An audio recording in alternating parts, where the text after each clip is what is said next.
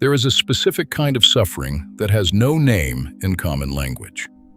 Not the suffering of loss, we have words for that. Not the suffering of failure. We have language for that too.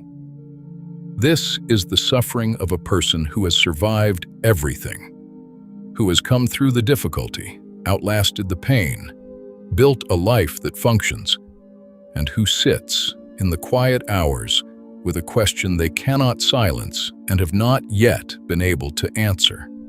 What is this all for? Not in despair, not in crisis, but in that honest, unflinching way that only arrives after enough of life has been lived and examined to make the question unavoidable. What is this for? Viktor Frankl, the Viennese psychiatrist who survived 4 concentration camps, including Auschwitz, who lost his wife, his parents, and nearly everyone he loved, spent the rest of his long life attempting to answer this question with the precision it deserved. Not with theology, not with philosophy in the abstract, but with a clinical, practical, deeply human framework that he called logotherapy, from the Greek word logos, meaning meaning, the therapy of meaning, the medicine of purpose. And what he discovered in the most extreme laboratory that human history has ever provided is the single most important psychological insight of the 20th century. It is this: a human being can endure almost anything, almost any suffering, almost any loss, almost any deprivation, if they have a why sufficient to the how. The absence of that why, the internal vacuum where meaning should live, is not merely uncomfortable. It is, according to Frankl, the root cause of more human suffering than almost any other single factor. By the time this audiobook ends, you will understand not just why meaning matters, but precisely how to find it. Not the meaning someone else assigns to your life, not the meaning you are told you should have. The specific, irreplaceable meaning that only your particular existence, with its specific history, its specific wounds, its specific gifts, is capable of providing. But first, we need to understand the question beneath the question, the one Frankl spent his life answering.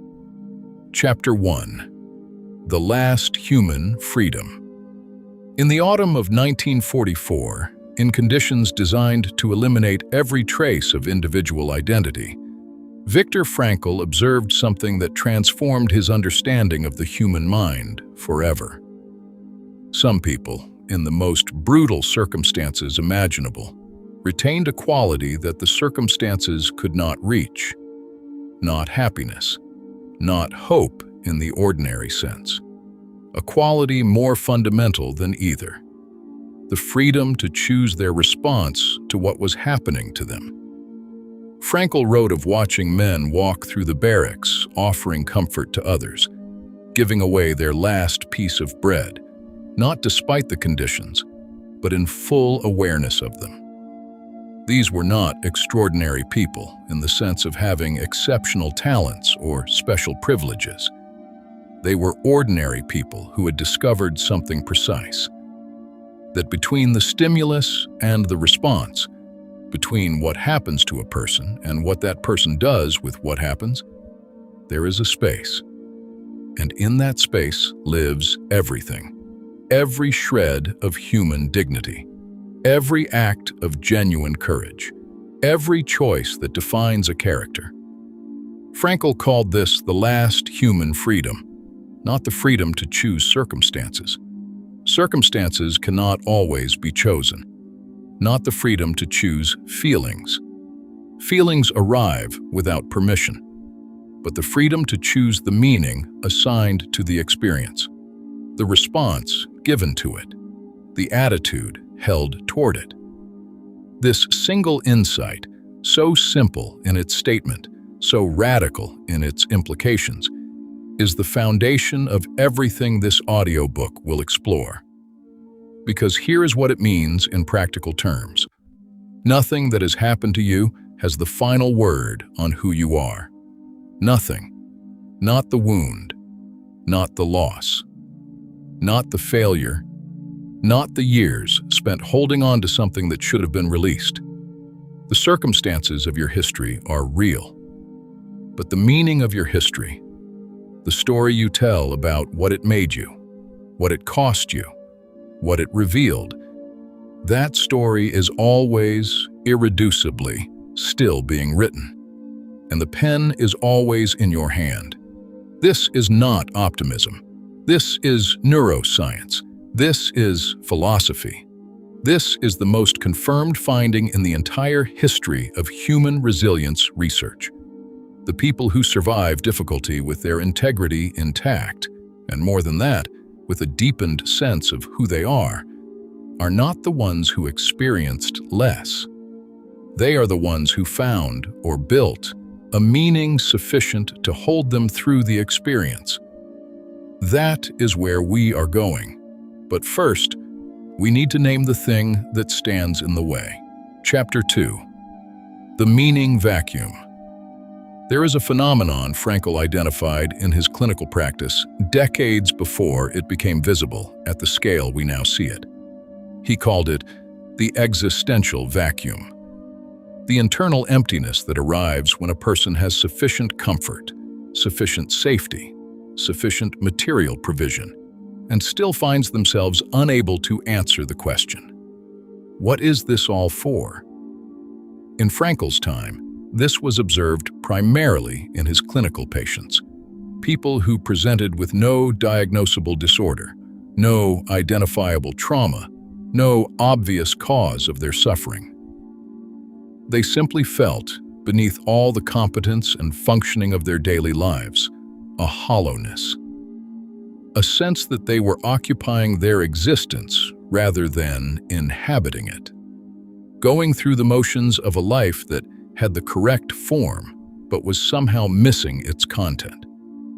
Frankl believed this vacuum was the specific suffering of modernity. Pre-modern human beings had meaning assigned from outside, by tradition, by religion, by the inherited roles of community and family. These external frameworks may have been constraining, but they provided something that their absence removes, a context in which individual existence had an obvious, culturally ratified significance. Modern human beings, stripped of these external frameworks by education, individualism, and secularization, are left with a freedom they have not been taught to inhabit. The freedom to define the meaning of their own existence. And freedom, when it is not understood, when it is experienced as void rather than as responsibility, becomes a source of anguish rather than liberation. This is why so many people in objectively comfortable lives find themselves restless, not ungrateful, not spoiled, simply unable to identify what their specific existence is for, unable to locate the why that would transform the how of their daily life, from obligation into vocation. The vacuum does not announce itself.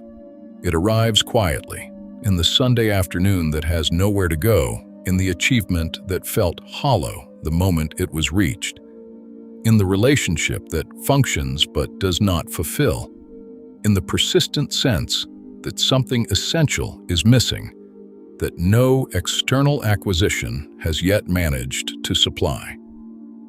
You may know this feeling. Most honest people do. The question is what to do with it. And the answer begins with understanding what meaning actually is. Chapter 3. What meaning actually is? Most people, when they think of meaning, imagine something large, a grand purpose, a world-changing vocation, a legacy visible from a distance. This is the first mistake in the search for meaning, and it stops most people before they begin. Frankl was precise about this. Meaning is not found. It is not a treasure buried somewhere that the deserving eventually locate. It is not a permanent condition that, once achieved, resolves the question forever. Meaning is created in specific moments, through specific choices, in response to the specific demands that life places before a particular person at a particular time. And it is always, irreducibly, unique. No two people's meaning is identical.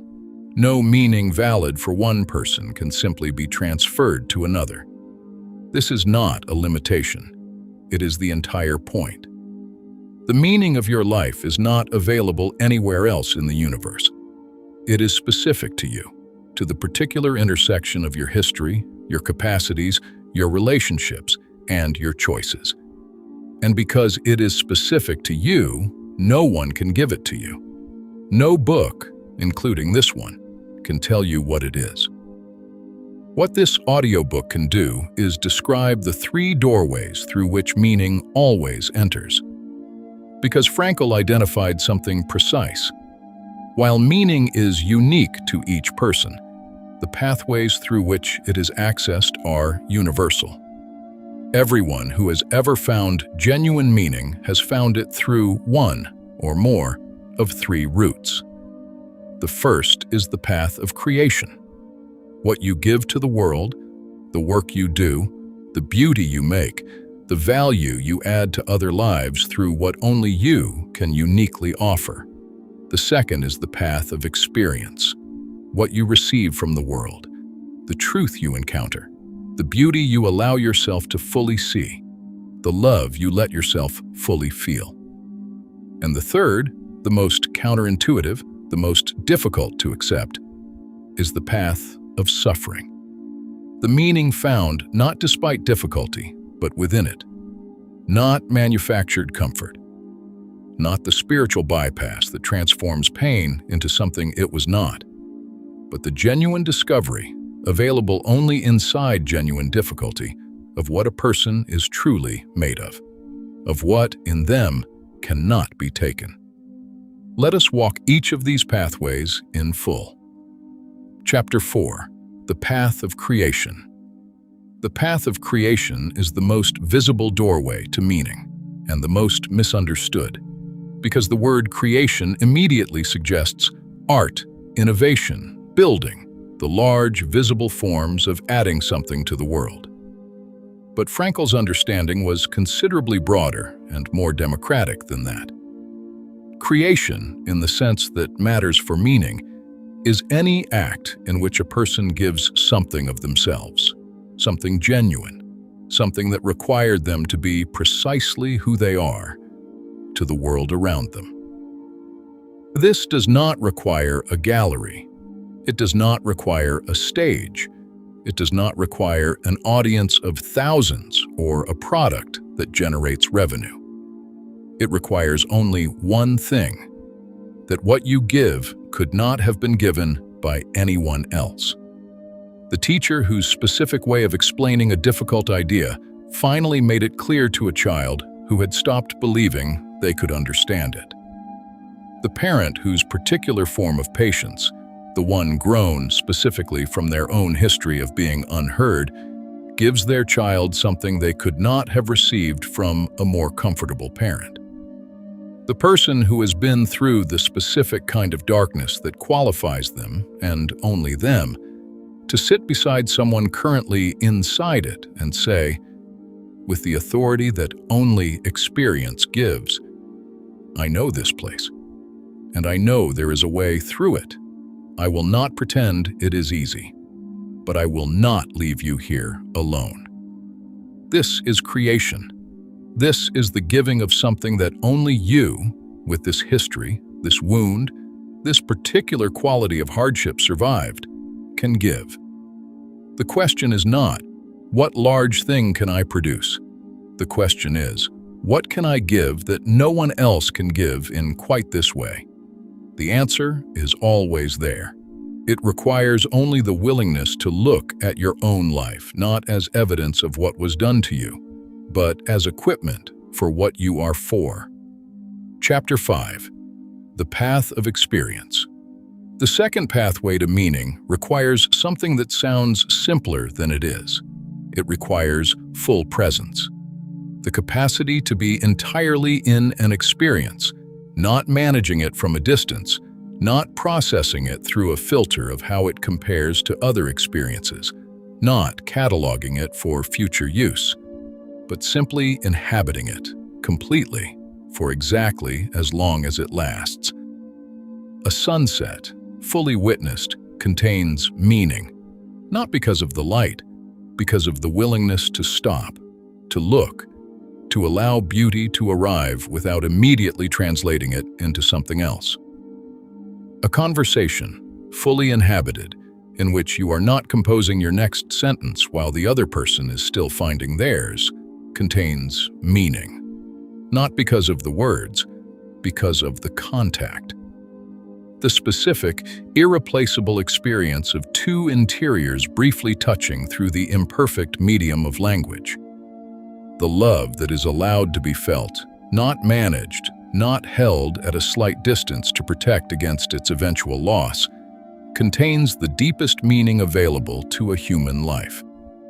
Frankl, who lost nearly everything, wrote about his wife in the camps, not knowing whether she was alive, and experiencing something he could only describe as the fullest realization of his capacity for love. Not because she was present, because she was real to him. Fully, completely, non-defensively real. The person who has learned to let things in, fully, without the protective glass that grief and loss and disappointment teach most people to keep between themselves and experience, that person finds meaning in the most ordinary texture of their days. Not because their days are extraordinary, because they are finally, completely in them. Before we go further, if what you are hearing today is touching something you have needed to hear for a long time, a like on this video sends it towards someone else who needs it tonight. The path of experience requires the capacity for presence that we built throughout this series. The stillness signal, the undivided attention, the willingness to be in this moment rather than rehearsing the next one or replaying the last. The work of this series was always, at its deepest level, preparing you for this. Chapter 6. The Path of Suffering. This is the chapter most people do not want to reach, because it asks something that runs against everything modern life has been designed to prevent. It asks you to find meaning not despite your suffering, but inside it, not around the wound, not after the wound, in the wound itself. Frankl was not recommending suffering. He was not suggesting that pain should be sought or welcomed, or that endurance is somehow more noble than healing. He was identifying something he observed with clinical precision in conditions that left no room for comfortable philosophy. That when suffering cannot be removed, when the loss is irreversible, the diagnosis is final. The person is gone. The door has closed permanently. The human being still has one remaining freedom. The freedom to choose their relationship to that suffering. To find inside the irreducible difficulty something that the difficulty, and only the difficulty, could have produced. This is what Frankl called tragic optimism, not the optimism of denial, not the manufactured positivity that insists everything happens for a reason before the reason has been earned through honest suffering. But the genuine, hard-won recognition, available only to those who have actually been inside the difficulty they are describing, that some of the most essential human qualities are only accessible through specific kinds of pain. Compassion that was not theoretical requires having suffered. Patience that was not performed requires having been impatient in conditions that demanded patience. The specific quality of presence that makes a person genuinely capable of sitting with another person in their darkness, without rushing to fix it, without offering the comfort that serves the helper more than the helped. That quality is built inside darkness. It cannot be built anywhere else. Your suffering, whatever it is, whatever form it took, however unjust it was, produced something in you that could not have been produced any other way. Not the suffering itself. What you did with the space the suffering carved inside you. That space, if it is met with honesty rather than bitterness, with inquiry rather than resentment, is not emptiness. It is capacity. The capacity for a depth of understanding, a quality of presence, a specific kind of usefulness to other people that only your exact history could have created. The question is not, why did this happen to me? The question, the more useful question, the one that points toward meaning rather than away from it, is, what did this make possible in me that nothing else could have? Chapter 7, Self-Transcendence. Here is the paradox at the heart of Frankl's entire work. The meaning you are looking for cannot be found by looking for it directly. This is not a riddle. It is a clinical observation confirmed across decades of therapeutic work. The person who makes meaning their goal, who asks, morning after morning, what is the purpose of my life, does not find meaning. They find the question, repeated with increasing anxiety. Because meaning, in Frankl's understanding, is never found in the self.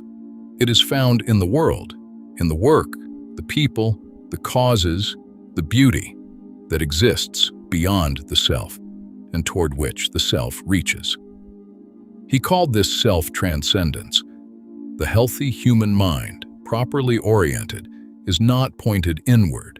It is pointed outward, toward something worth doing, someone worth loving, something worth suffering for when suffering is unavoidable. The person who is consumed with the question of their own fulfillment, who has made their own happiness the primary object of their attention, experiences, paradoxically, less fulfillment than the person who has become absorbed in something beyond themselves. Not because selflessness is morally superior, but because the architecture of the mind is built for outward orientation. The eye that can see everything except itself is not broken. It is functioning correctly. We are built to look out at what is real, at what is needed, at what we can offer, and to find, in the act of looking out honestly and offering genuinely, the specific satisfaction that no amount of inward examination has ever produced. Marcus Aurelius understood this with the clarity of someone who had thought about it for a long time. What injures the hive injures the bee. Your meaning is not separate from the world you inhabit. It is found in your specific, irreplaceable contribution to what the world around you actually needs. Not the contribution you were told to make, not the one that photographs well, not the one that fits the story you were supposed to have. The one that emerges when you look honestly at what you can give and at what, around you, genuinely needs to receive it. Chapter 8. The Provisional Life. There is a psychological trap that Frankl observed with disturbing consistency in people who had lost their sense of meaning. He called it living a provisional existence. The provisional person is always preparing for the moment when life will truly begin, when the circumstances are finally right, when the relationship arrives, when the career establishes itself, when the wound has healed sufficiently, when the fear has subsided enough to attempt the thing. They do not think of themselves as waiting. They think of themselves as being responsible, preparing carefully for the life they will live once the conditions are finally adequate.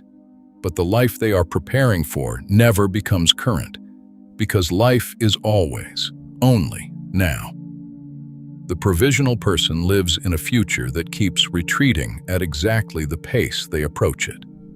And in the meantime, in the years consumed by preparation for living, the actual material of meaning is passing by them unreceived.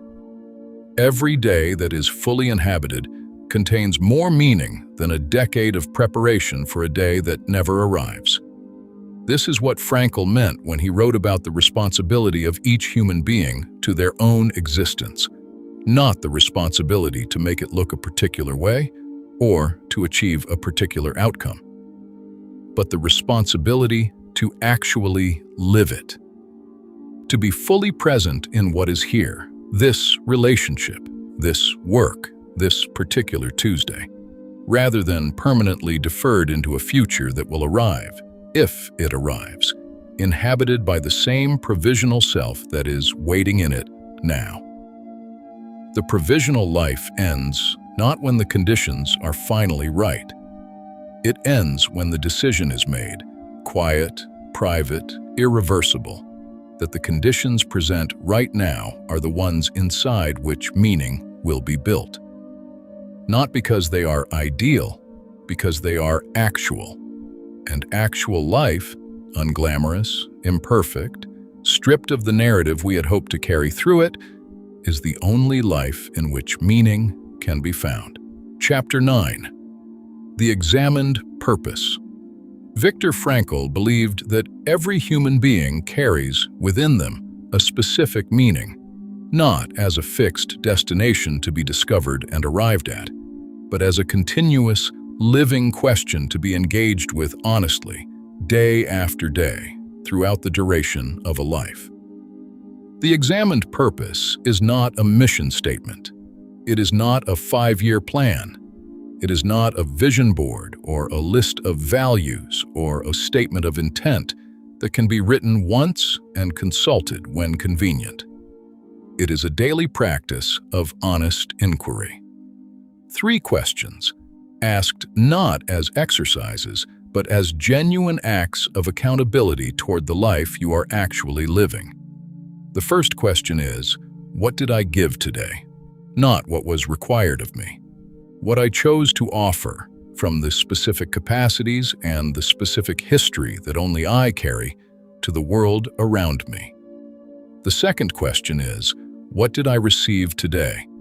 What beauty, what truth, what connection, what small, precise moment of genuine contact with what is real did I allow to reach me? Or did I move through the day at the safe distance that protects against being touched, but also prevents being nourished? The third question is, what did I do with what was unavoidable? Not the things I chose, the things I could not avoid, the difficulty, the limitation, the loss that arrived without permission. What relationship did I choose with what I could not control? These 3 questions, asked honestly, without the self-deception that makes daily examination comfortable, are the examined purpose. Not answered once, answered again tomorrow, and again, until the answers begin to accumulate into something that resembles, from a distance, a life that was genuinely lived, not merely occupied. Chapter 10. The Sovereignty of Meaning. We arrive at the final chapter. And the final chapter asks something that has been implied throughout everything that came before it. It asks you to take responsibility, not for what happened to you, not for the circumstances that shaped the beginning of your story, but for what you do now with the raw material of a life that is already in progress, already marked, already changed by everything it has been through, already containing the specific wounds and the specific gifts that only your history could have produced. Responsibility for meaning is not burden. It is sovereignty. The sovereign person does not look to circumstances to provide the content of their life. They provide it themselves, from the resources that the circumstances, however difficult, have made available. This is the highest form of the freedom Frankl identified in the most extreme conditions he could have observed it in.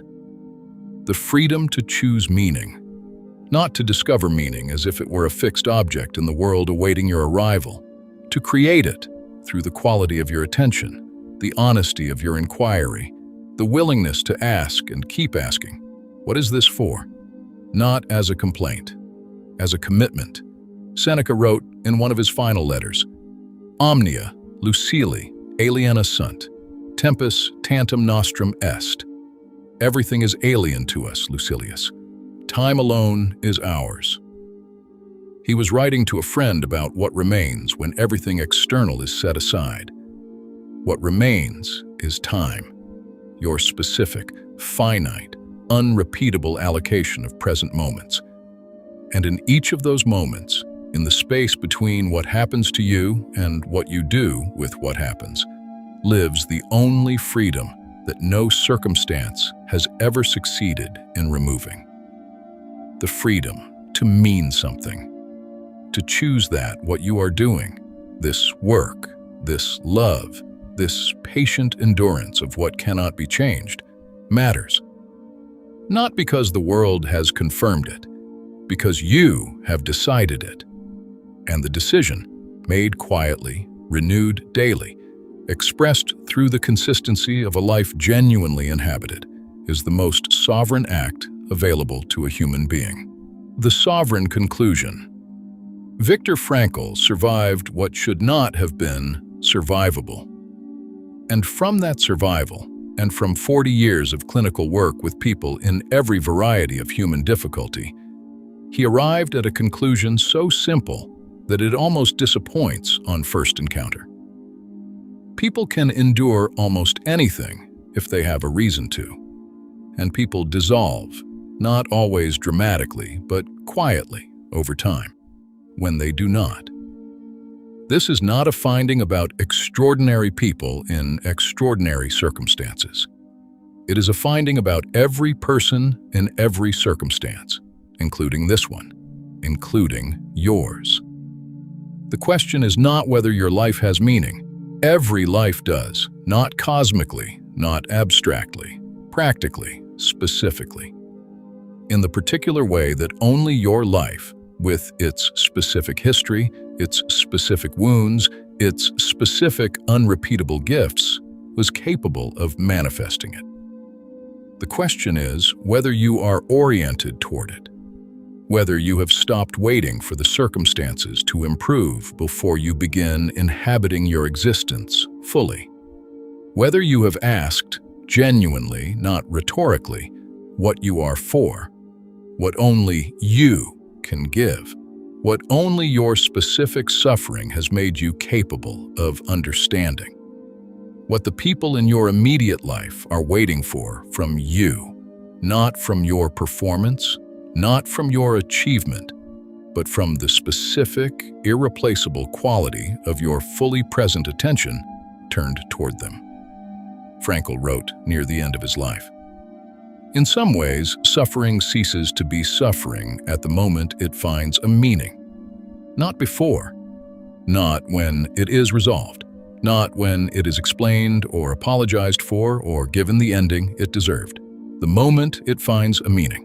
That moment is yours to choose, not once, again today, and tomorrow. And in every ordinary moment that is, in fact, the entire material of an extraordinary life. Go find what you are for, not dramatically, not perfectly, not with the confidence that you have finally figured it out, but honestly, persistently, with the quiet, sovereign commitment of someone who has decided that the question deserves the whole of their remaining time. Before you leave, everything we explored today, the will to meaning, the last human freedom, the three pathways, the sovereignty of purpose. All of it requires that you have first completed an essential step, the step of releasing what was holding you in the past, the grief you were never allowed to have, the resentment that was only costing you, the identity built inside what is now gone.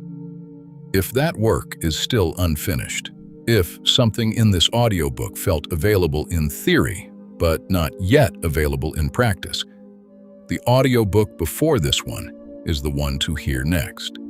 It is called The Art of Letting Go. It walks through precisely what must be released before the space for meaning can properly open. That audiobook is in the description below. Meaning cannot be poured into a container that is still full of what it no longer serves. The art of letting go creates the space. This audiobook helps you decide what to fill it with. They were always two halves of the same question. Before you go, one question. Of the three pathways to meaning, creation, experience, or suffering, which one has your life been asking you to walk more fully? Drop it in the comments below. Your answer is not a confession. It is the beginning of the most important conversation you will have with yourself this year.